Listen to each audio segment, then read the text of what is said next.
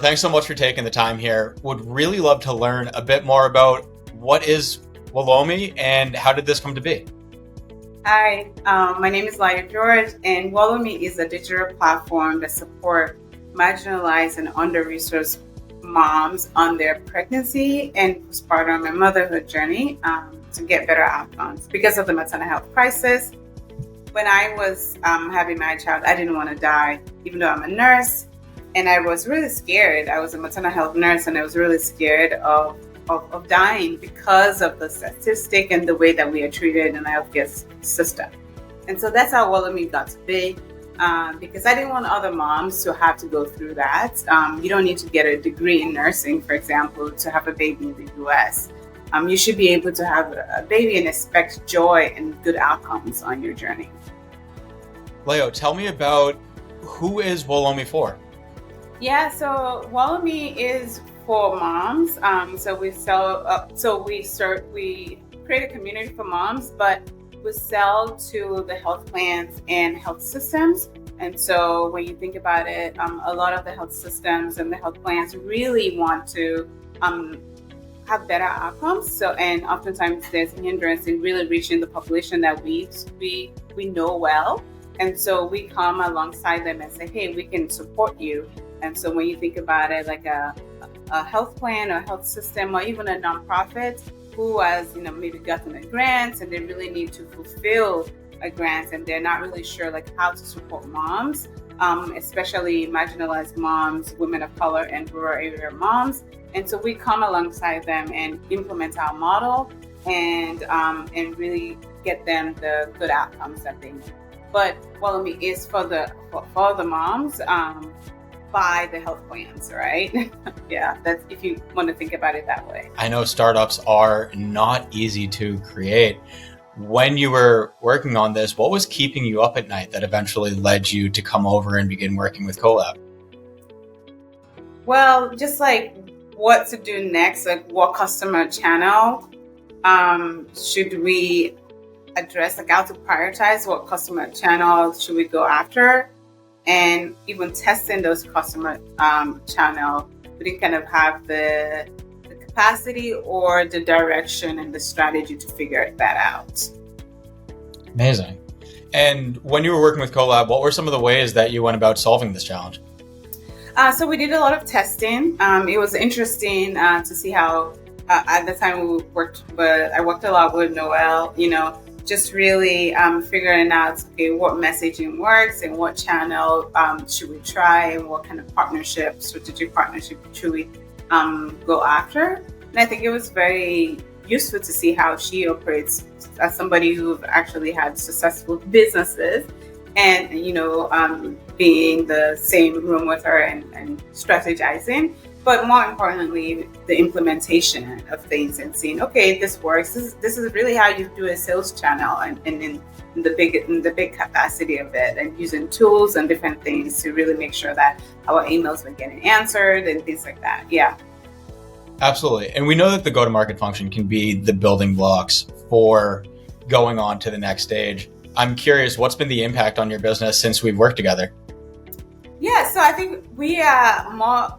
After working together, we're clearer on what channel would work and what channel would not. As far as sales channel, what kind of partners or sales partners should we be looking at, and what kind of relationship can we build? So being able to understand that has been very powerful, so that we're not wasting time, especially in a startup where you don't have a lot of resources. Making sure that you're not wasting time on things that might not be fruitful is very crucial, and so that's kind of has been very helpful for us.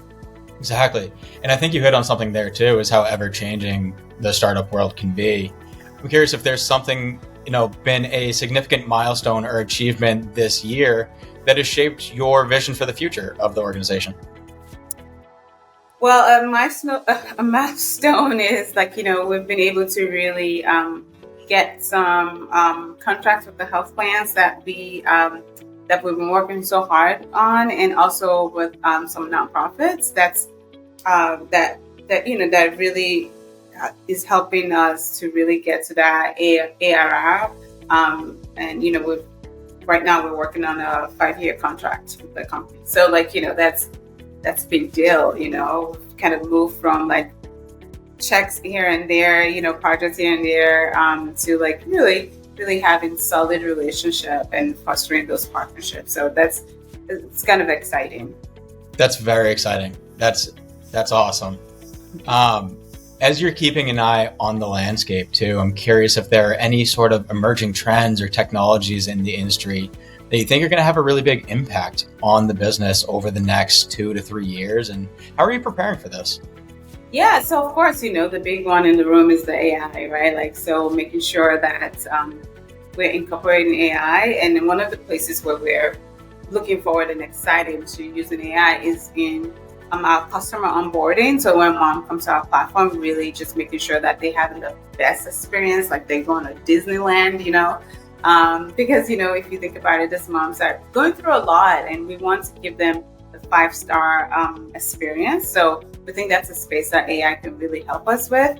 And of course, in our space, it's a lot about supporting moms really where they are. So thinking through how we can strategic partner, and get some remote monitoring to moms in especially when we talk about postpartum care. So making sure that we have that culturally competent solution. And so having that right partner to be able to monitor and educate moms is key for us. And we're excited about the opportunities where things go with that. Absolutely. And before I get to my last question, I'd like to ask, is there anything additional that you'd like our viewers to know about Wolomi? Yes, Wolomi, we really partner with health plans and health systems, and for all the nonprofits who are also looking to fulfill, they might have done a grant or gotten some money to implement and support women of color or marginalized women, or women in the rural areas. We are here, we're capable, and when we get results. So so we would love to talk and talk more to nonprofits and health systems and health plans to really solve the problem that we have right now in the United States. It should not be a crime to have a child, and so it should be a joyful journey. And we want to partner with you all and hear from you all, in the audience that you have that are solving the problem. Couldn't agree with you more, and I'm very excited about what you're doing. The last question we have for you is actually a loop that we're doing. So this is a question that was left for you from our last conversation, and then I'm going to ask you if you'd like to leave a question for the next founder that we're going to be interviewing. But the question that was left for you was, what's one unconventional decision that you made that unexpectedly contributed to your startup success? Well, I would say it was starting a walking group when we first started. I had this great idea that, only if mom, because when I was pregnant, I did a lot of walking and I was able to stay in shape. And of course, staying in shape really helps some of the outcomes like preeclampsia and all of those things. And I really thought that, I was going to introduce that to the moms, right? So okay, yeah, let's go out for a walk. And who doesn't love walking? But I was wrong, right?